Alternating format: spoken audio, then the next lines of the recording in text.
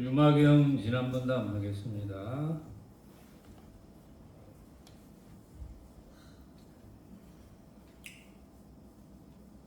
신원적 순응한시 명금보살 영가. 신원적 순응한시 명금보살 영가. 신원적 순응한시 명금보살 영가. 자, 오늘도 잘 들으세요.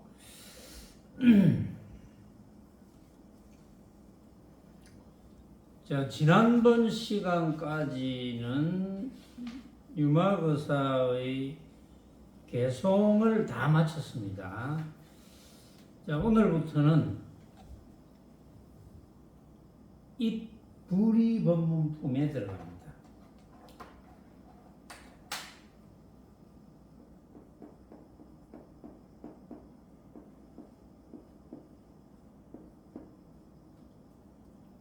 부리법문.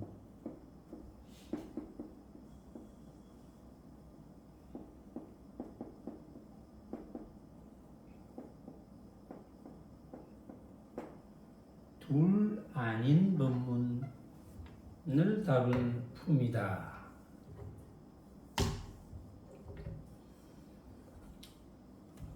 이때 유마힐이 묻 보살에게 이야기하여 이르시되, 왜냐하면 이제 유마거사 집에 많이 왔죠. 보살들이. 대보살들도 많이 왔어요. 여러 어진이여, 어떻게 보살이 둘 아닌 법문에 듬이니꼬 각기 즐기는 바를 따라 이에 말씀을 할지어다. 그러니까 이제 여기 오신 대보살들에게 어떻게 해야 둘 아닌 법문에 드느냐, 부리법문에 드느냐, 부리법문에 들 수가 있느냐. 각기 즐기는 말을 따라 한마디 해주시오, 이런 뜻이거든요. 자, 둘 아닌 법문. 왜 둘 아닌 법문에 들어야 되느냐? 이런 문제죠. 왜 둘 아닌 법문에 들어야 되느냐? 이제 둘 아닌 법문이라는 것은 다른 말로 하면은 양변을 떠나는 법문. 그러니까 사랑한다, 미워한다, 크다, 작다, 밝다, 어둡다, 어쨌든 모습으로 표현되는 양변, 서로 반대되는 것, 그걸 떠나는 법문이다. 그 말은 이제 다른 말로 하면은 만법을 떠나는 법문이다, 이렇게 보면 돼요. 만법을 떠나는 법문. 그러니까 부리법문이라는 것은 부리법문 품에 들어간다는 자체가 만법을 떠나는 법문에 들어간다, 그런 뜻이거든요. 만법을 떠나는 법문에 들어간다는 뜻은 이제 둘 아닌 법문에 들어간다는 뜻이고, 또 다른 말로 하면 그게 이제 중도법이라는 거죠. 부리법문은 부처님의 중도법을 이야기하는 겁니다.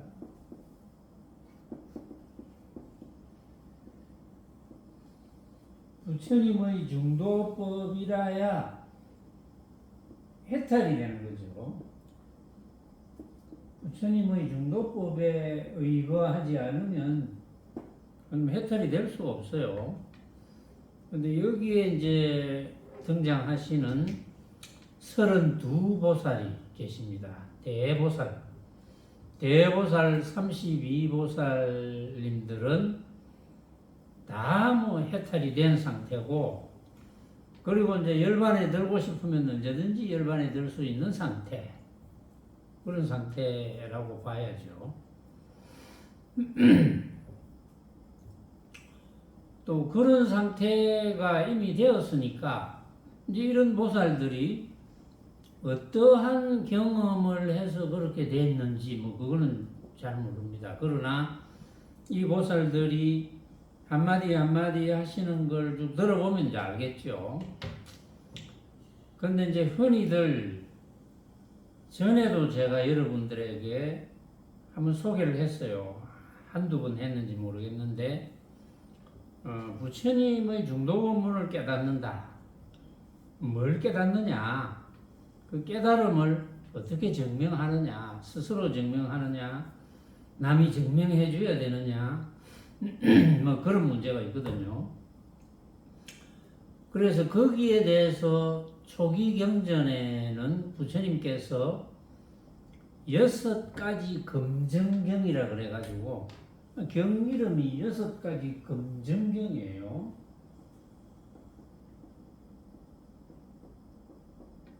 6가지를 스스로 검증해봐라 이런 뜻입니다. 6가지 검증경, 검증경,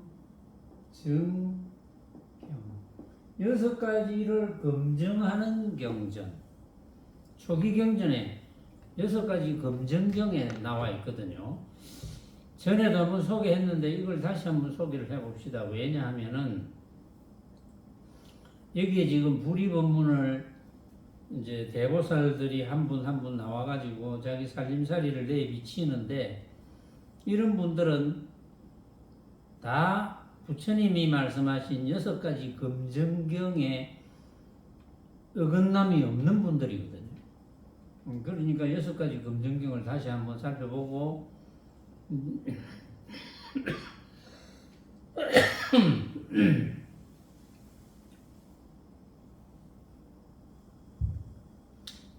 여러분들도 6가지 검증경을 한번 살펴보시고 그 내 살림살이하고 똑같네 이러면 여러분들도 해탈된 삶을 누리고 있는 거예요. 본인이 뭔가 미심쩍다. 법문을 그렇게 듣고 지금 이제 또 토론도 하고 그렇게 하는데도 뭔가 공부에 자신이 없고 미심쩍다. 그러면 이야기가 안 되는 거죠. 자, 전에 제가 정리한 부분이 있어서 다시 한번 상세하게 한번 여러분들이 이제 여기에서 여러분들의 공부에 대한 자신감이 있어야 되겠죠. 6가지 검증경.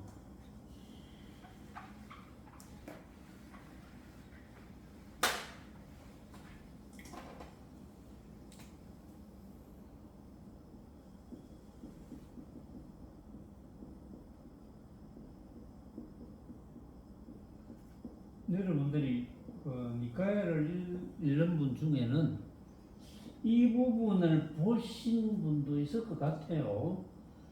이걸 이제 중국에서 번역해서 한국어로 전해 내려온 경전은 중아함경에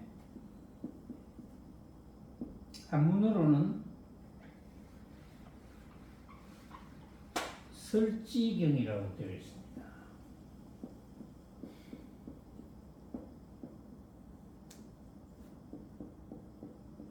지혜를 설한 경전이다. 설지경. 그러니까 이제 지혜를 설했다는 것은 지혜를 갖추었는지 갖추지 못했는지 그걸 스스로 검증해라 이런 뜻이거든요. 왜냐하면 부처님께서는 확철대오를 하면 즉 뭐 다른 말로 여러 말이 있죠. 확철대오를 했다거나 상수멸정에 들었다거나 뭐 이런 용어들이 해탈이 되었다거나 다 똑같은 말인데 이제 부처님은 스스로 검증할 수 있다, 스스로가 안다 이랬거든요. 확철되어 하면서 서로가 안다. 왜 아느냐 하면 6가지 금정경에 나와 있다. 내가 그렇게 이야기해놨다. 부처님께서 대품에서 이야기를 합니다. 대품, 이제 부처님께서 말씀하신 경전, 부처님께서 말씀하신 경전은 부처님께서 직접 말씀을 하셨지만 그 당시 기록이 안 됐거든요. 여러분들이 잘 아시다시피. 그게 이제 한 대를 걸쳐서 들은 사람들이 모여서 이제 정리를 하고 그 사람들이 뭐 정리한 것을 또 들려주는 거니까 뭐 요즘처럼 녹음이 되는 것도 아니고 기록이 되는 것도 아니고 아무것도 안 돼요. 그냥 듣고 부처님께서 이렇게 말씀하셨어. 나는 이렇게 들었는데 니는 어떻노? 모여가지고 맞아 나도 그렇게 들은 것 같아. 나도 들은 것 같아. 이래가지고 이제 그걸 정리를 할 수 없잖아요. 그걸 또 기억을 해요. 참 깝깝한 노릇이죠. 보면 문자로 정리하면 너무나 간단할 건데 사실은 문자로 정리를 해도 거기 100% 정확하게 전달될는지 그것도 조금 의심스럽거든요. 왜냐하면은 육조단경을 보면 육조단경이 여러 본이 있어요. 맨 마지막에 발견된 것이 둔황석굴에서 발견된 논황본, 둔황본. 그게 마지막에 발견됐는데 그때는 문자도 다 있었다고요. 응? 녹음기만 없었지. 문자가 있어서 그 제자들이 열심히 기록도 하고 했는데도 육조단경에 보면 종류가 여러 개 있는데 빠져 있는 거는 빠져 있고 또 원래 그렇게 안 된 것을 부풀어 가지고 부풀려서 기록해 놓고 그 예를 들면 육조 해능대사께서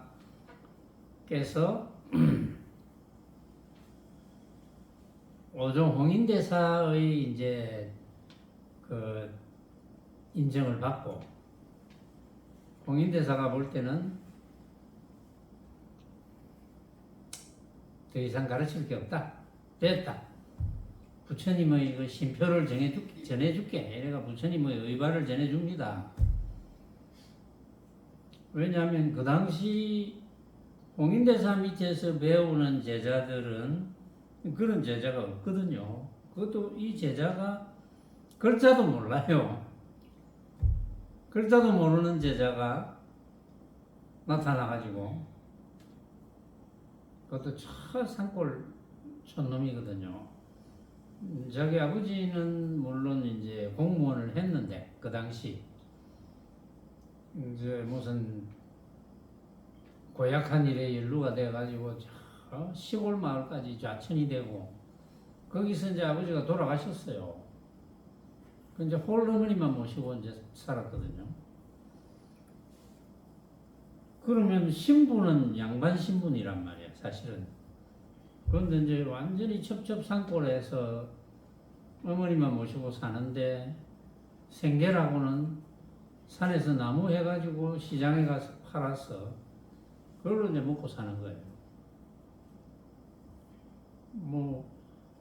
재산도 별로 없고 그러고 이제 공무원으로 있다가 저 시골 꼴짜기로 공무원으로 자천됐다가 그냥 죽어버렸으니까 돌아가셨으니까 그러니까 재산도 별로 없고 어쨌든 홀 어머니를 모셔야 되고 근데 이제 그런 환경에서 글자도 못 배우고 서당 이런 데도 못 다니고 그러니까 글자를 전혀 모르는 사람입니다. 육조현행대사가. 그런 분이 어떻게 인연이 되어가지고 과거 전생에 많이 닦았던 인연이라고 봐야 되겠죠. 그러니까 부처님의 그 당시 이제 전해 내려온 그런 기록은 지나가던 스님이 금강경 한 기절 뭐 그런 엎드리는 소리를 듣고 이거 뭔가 시원한 느낌이 든단 말이야.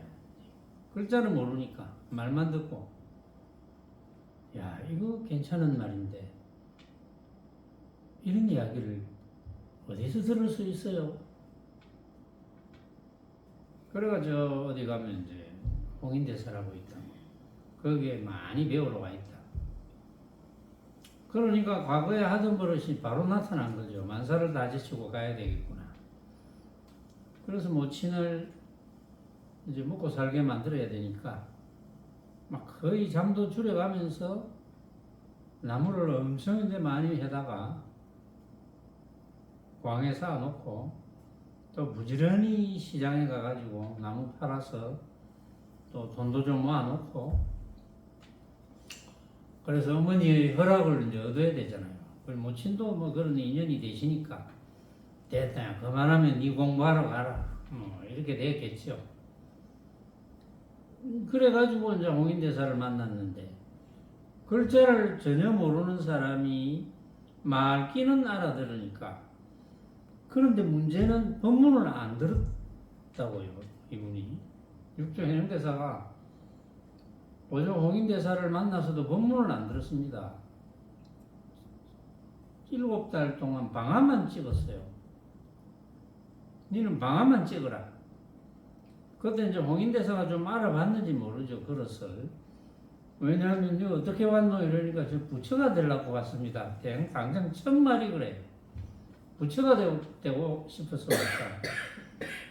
니 같은 저 시골 촌놈이 꾀재재한 시골 촌놈이 뭐가 네가 부처가 된단 말이고 이러니까 당장에 그 말을 받아가지고 출신에는 시골 도시 뭐 높은 직책 낮은 직책 이런 게 있겠지만 부처 되는데 그 마음에 부처 되는 그 자리에 부처가 되는데 그 남북이 어떻게 따로 있으며 양반 상놈이 어디 있겠습니까? 부처가 되는 데는 모든 조건이 다 똑같지 않느냐는 식으로 이야기를 합니다. 홍인대사가 볼 때는 그렇게 법문을 해줘도 제자들 중에 아직도 그런 정도의 경지까지 들어간 제자가 없거든요. 그래서 처음 만났는데 그래서 이만큼 알고 이제 오는 거예요. 이거는 공부시킬 필요도 없어. 그래서 이제 니는 방아만 찍어라 이렇게 된 거예요. 뭐 그러다가 때가 되어서 이제 뭐 개송을 쓰게 되고 그래서 홍인대사가 살짝 밤에 좀 만나자. 그런데 이제 그 육조단경 여러 번에 보면 그 당시에 교수사로 있었던 신수가 있었죠. 교수사라는 것은 오종 홍인대사의 밑에 수많은 성녀 중에 가장 모범이 되고 홍인대사가 뭐든지 시켜도 되는 사람. 그리고 이제 신참이 오거나 또 성녀들의 규율을 지킬 때는 이 교수사의 지시가 굉장히 중요하거든요. 그런 위치에 있는 사람이 신수라고 그랬어요. 그렇게 들었어요. 나도 그렇게 알고. 그러면 육조단경에도 그런 게 있어요. 그런데 나중에 역사적으로 파고들어서 알고 보니까 신수와 해능은 만난 적이 없다는 거예요. 응? 신수는 해능이 오기 벌써 2, 3년 전에 벌써 떠났다는 거야. 그래서 해능과 신수는 한 번도 만난 적이 없다. 뒤에 이제 자료를 찾아보니까 그런 기록이 이제 나오는 거예요. 이게 문자가 있어도 완전 엉터리를 기록하는 거죠. 거기다가 이제 홍인대사가 야반삼경에 법문을 해주고 거기에서 해능이 확철대오를 합니다. 그리고 개송을 읊었죠. 그런데 이 개송이 마지막에 발견되어서 가장 정확하다는 둔황본에는 개송이 없어요. 그 앞에 몇 가지 본에 개송이 있어요. 오도송 한 개송. 그것도 그렇죠. 거기다가 이제 개송을 지었다 하고 의발을 받았다 하고 내 생각에는 지금 가만히 생각해 보니까 정말로 의발을 받았는지 이게 또 의심스럽거든요. 그 의심이 들면 이 끝이 없는 거예요. 왜냐하면은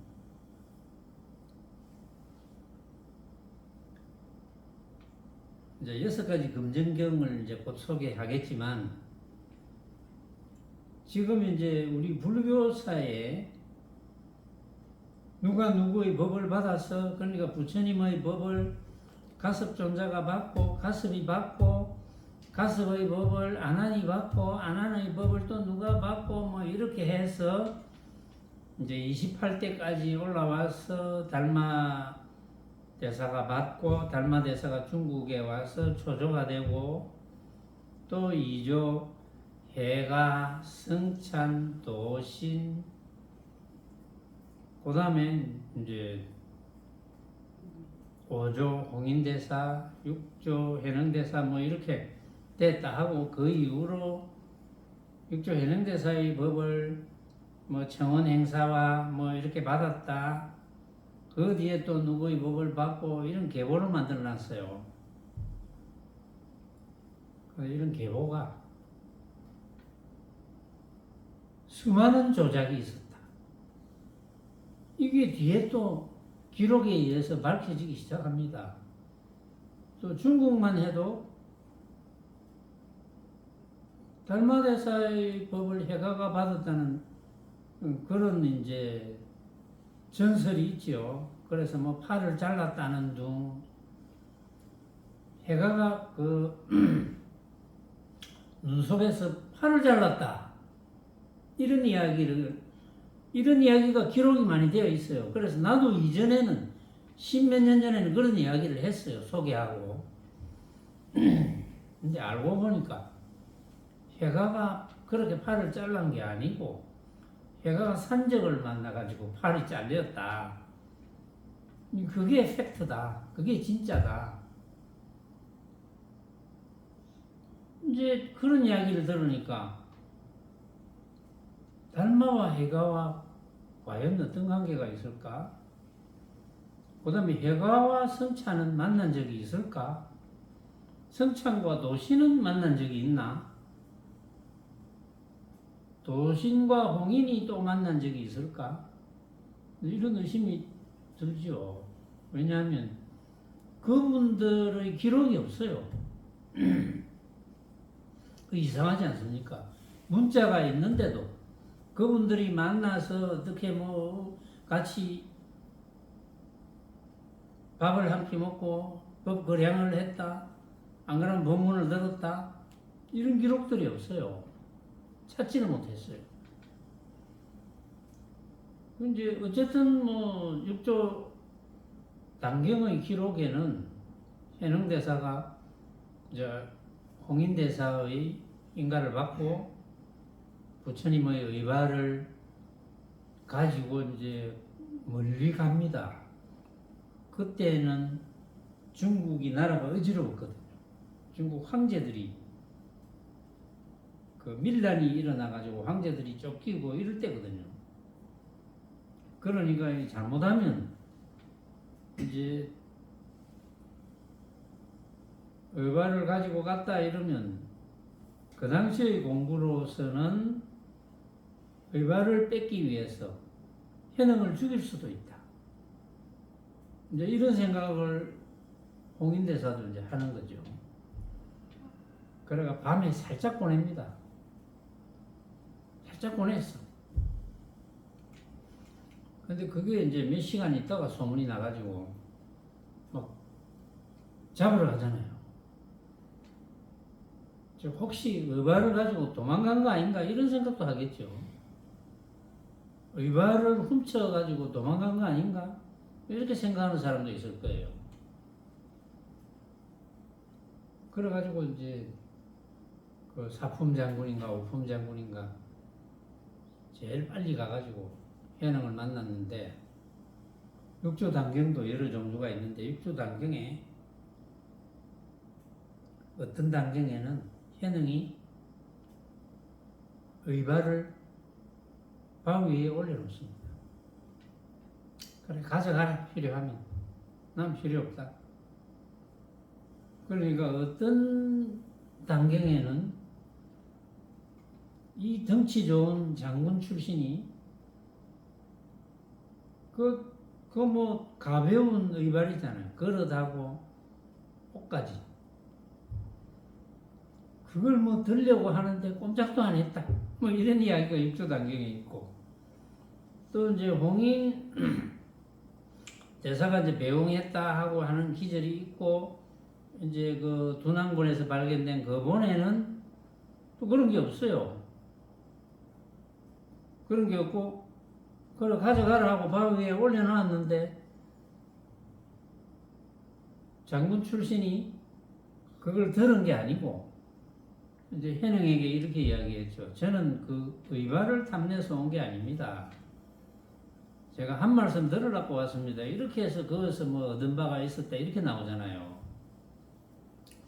도대체 무슨 말이 맞는지 뭐가 맞는지 문자가 있어도 이런 정도인데 응? 문자가 있어도 부처님의 말씀과 행각에 대해서 얼마나 천차만별로 이야기하겠어요. 그런데 이제 문자가 없다. 어떻게 될까요? 문자가 없다. 정말 이제 많은 사람들이 기억하는 것만 전해지겠죠. 그럼 그 사람들이 또 다 죽어요. 또 전합니다. 문자가 없어요.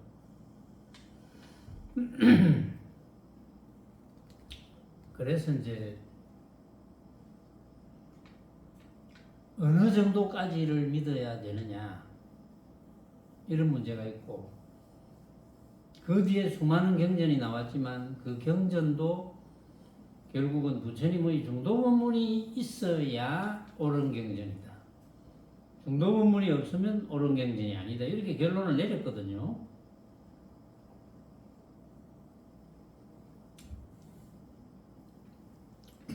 그 다음에 이제 어쨌든 부처님의 초기 경전에는 부처님이 가섭존자에게 가섭 인정하고 앞으로 가섭 니만 설법해라. 그러다가 가섭이 안한에게 안한 니만 설법해라. 이런 이야기가 없어요. 가섭에게 설법하라는 이야기는 나오지만 가섭만이 아닙니다. 다른 제자들에게도 법문해라. 다른 데 가서 가르쳐 주라. 그러니까 부처님 법을 알고자 하는 그런 사람들에게 너 다 가서 가르쳐 주라. 이런 이야기를 부처님이 이제 하셨거든요. 자, 다시 이제 본문으로 6가지 검증경으로 들어갑니다. 왜 제가 이런 이야기를 하느냐 하면 문자가 있어도 그런 정도인데 문자가 없으면은 정말 잘 들어야 되는 거예요. 왜냐하면 법을 전했다는 전법 조작설이 너무 많기 때문에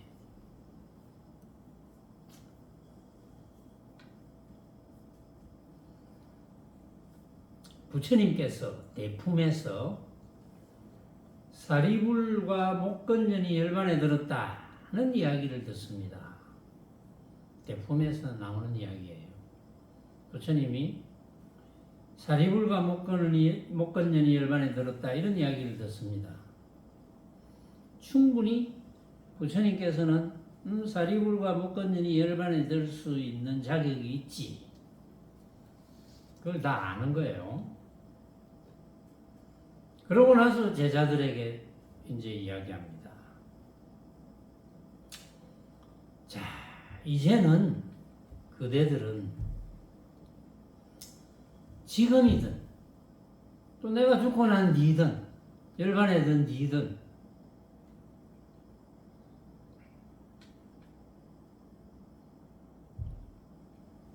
자기 자신을 등불로 삼아야 되고 자기 자신을 귀처로 삼아야 돼. 다른 사람을 절대 귀처로 삼으면 안 돼.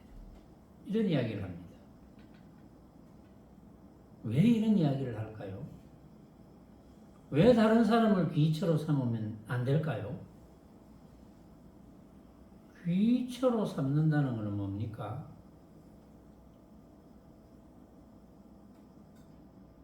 다른 사람을 귀처로 삼으면 그 사람은 결국은 모습이거든요. 그 사람의 모습과 지식을 귀처로 삼는다. 이런 뜻인데 부처님께서 굉장히 염려하시는 것은 다른 사람을 귀처로 삼아가지고 요새 말로 하면 가스라이팅 당한다. 조종당한다. 조종당할 가능성이 있습니다. 그 사람을 기초로 삼았을 때. 그래서 강하게 이야기합니다.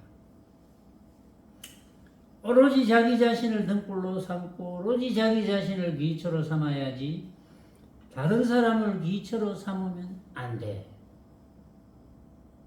그러면 뭘 기초로 삼아야 되느냐? 부처님의 가르침을 등불로 삼고 부처님의 가르침을 귀처로 삼아야 돼. 이렇게 이야기합니다. 가르침. 물론 이제 귀처로 삼지 말라는 뜻은 어떤 모습에 탐착하지 마라 이런 뜻이거든요. 어떤 사람이 뭐 약간의 신통이 생겨서 그런 경우도 많죠. 약간의 신통이 생겨서 이제 모습적으로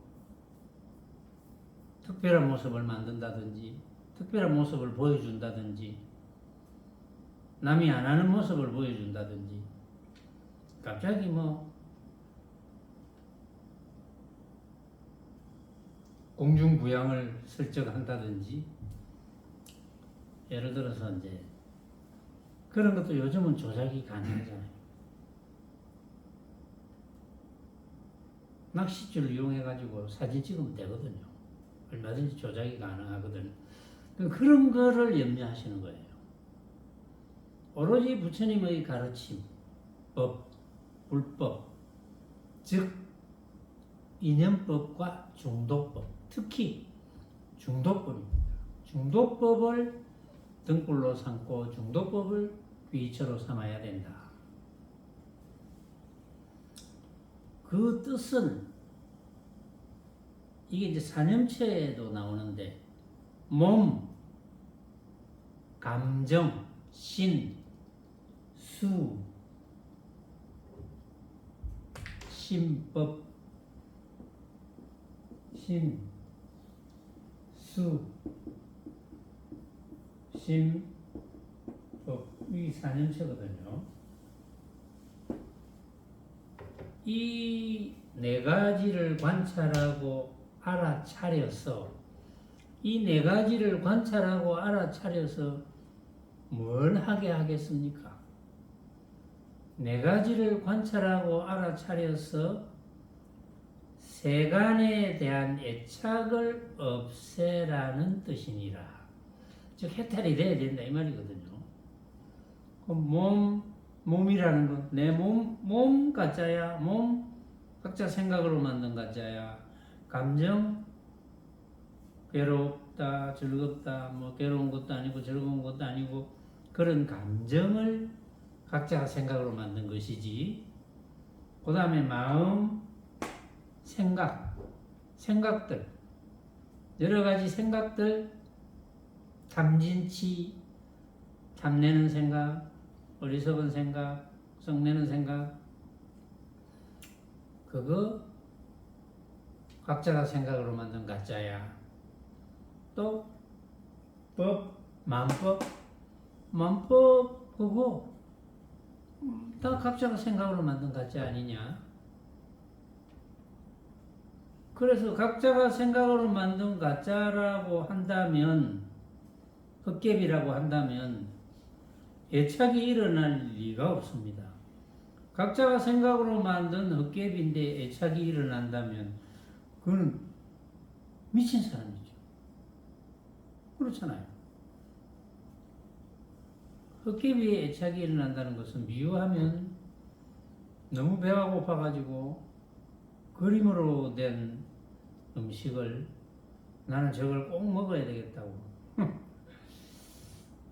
그걸 움켜쥐는 사람하고 똑같아요. 그거 똑같겠죠. 그래놓고 조목조목 이야기를 합니다. 첫째, 체험을 해야 된다. 본인이 직접 보고 듣고 지각하고 인식한 것에 대한 이야기냐, 아니면 본인의 직접 체험이 아니고 남의 체험을 지가 체험한 것처럼 신비하게 조작해가지고 지어낸 이야기냐. 그런 사람도 많겠죠. 지금 남의 체험을 자기 체험처럼 조작해가지고 이야기하면 뭐 속아 넘어가게 되겠죠. 두 번째, 보고 듣고 지각하고 인식한 것에 대해서 조작 없이 사실을 사실대로 이야기한 것인가? 진실되게 이야기했나? 안 그러면 부풀러가지고 잘난 체 하려고 또는 속여 먹으려고. 그건 두 가지밖에 더 있겠습니까? 잘난 척 하는 것과 속여 먹는 그밖에 없겠죠. 부풀려서 이야기한다는 것은. 그래서 전혀 부풀려서 이야기한 것이 아니고 자기 자신이 경험한 것인가, 체험한 것인가. 그렇게 되어야 해탈되어서 걸림없이 살아갈 수 있으니까. 세 번째, 색수상행식, 오온이죠. 오온은 나약하고 믿을 수 없음을 확실히 알고 난 뒤에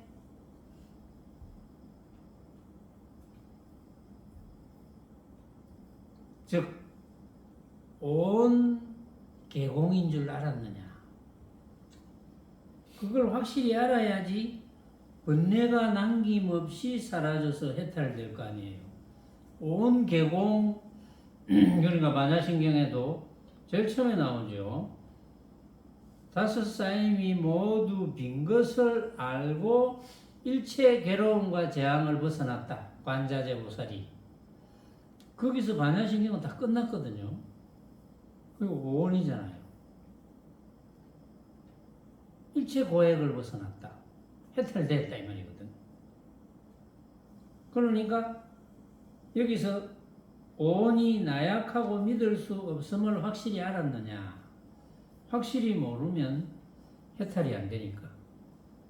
그리고 오온이라는 것은 색, 나라고 생각하는 것, 나라고 생각하는 것도 내가 생각으로 만들죠.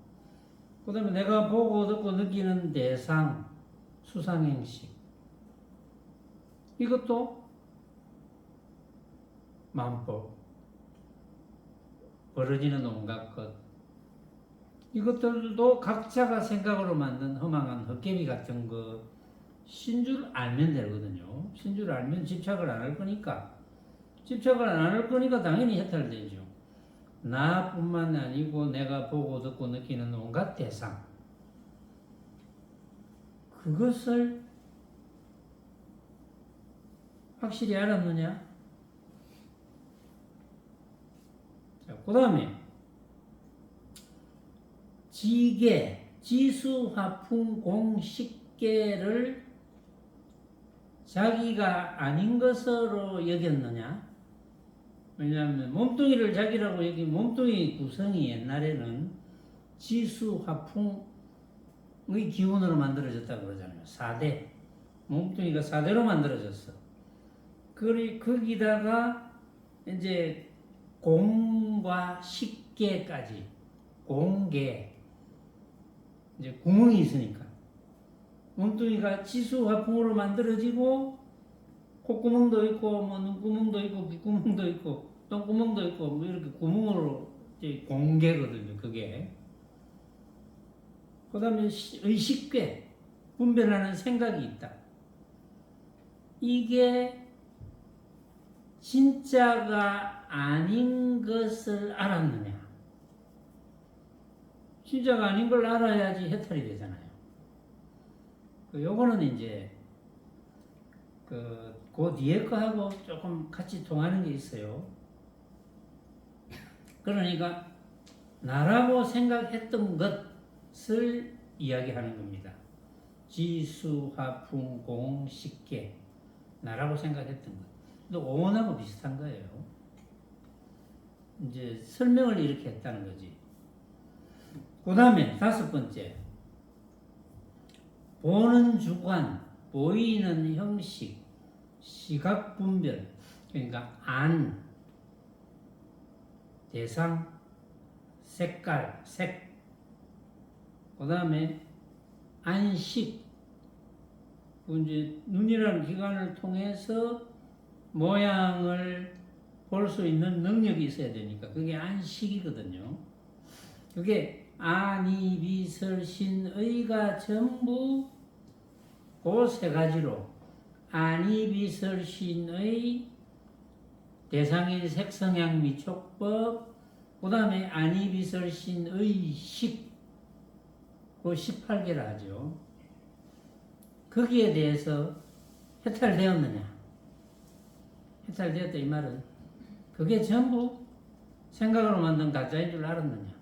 이거거든요. 그 다음에 마지막으로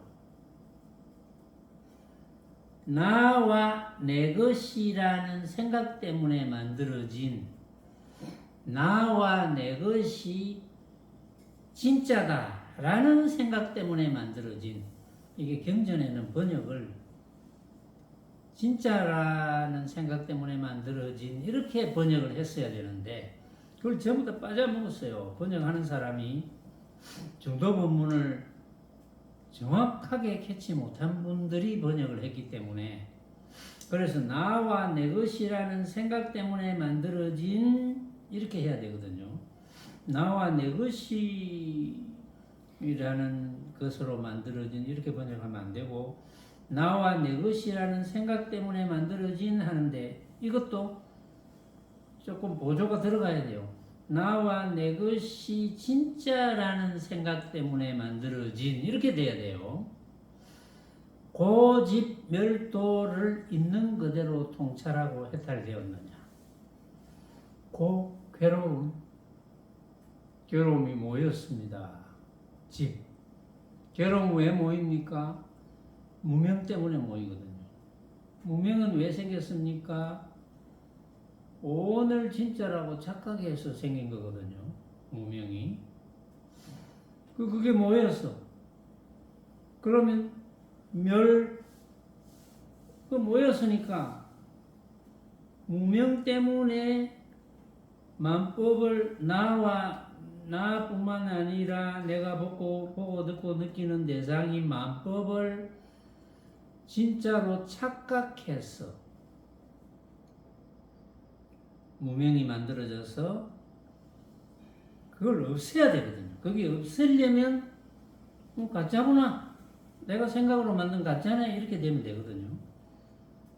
내가 생각으로 만든 가짜네라는 것이 도입니다. 중도예요, 중도. 그 중도를 깨달았어. 중도를 깨달으면, 나와 내 것, 나라고 생각했던 것과 내 것이라고 생각했던 것, 이제 그게 고진멸도를 있는 그대로 통찰하면 이제 아공이 되는 거거든요. 거기다가 이제 하나가 더 나가야 돼요. 법공, 만법, 온갖 모습을 진짜라고 하는 생각 때문에 만들어진 고진멸도를 있는 그대로 통찰해서 해탈되었느냐. 그거밖에 없어요. 그게 6가지 검증경에 나와 있습니다.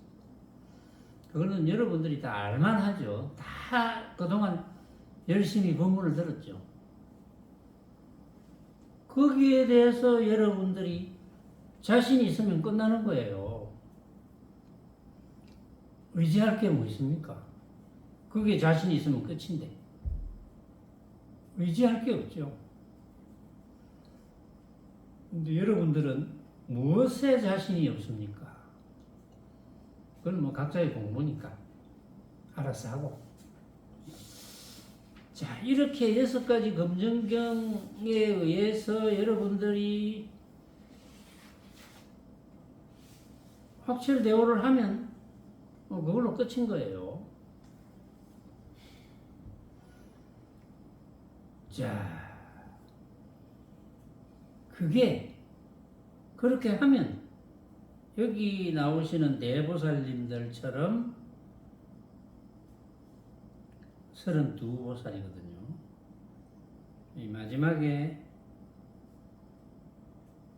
이 보살들을 다 데리고 간 보살이 있었죠. 문수보살. 32보살 중에 마지막으로 말씀을 하시는 분이 문수보살입니다. 그러고 나서 문수보살이 마지막에는 이제 유마거사께 묻습니다.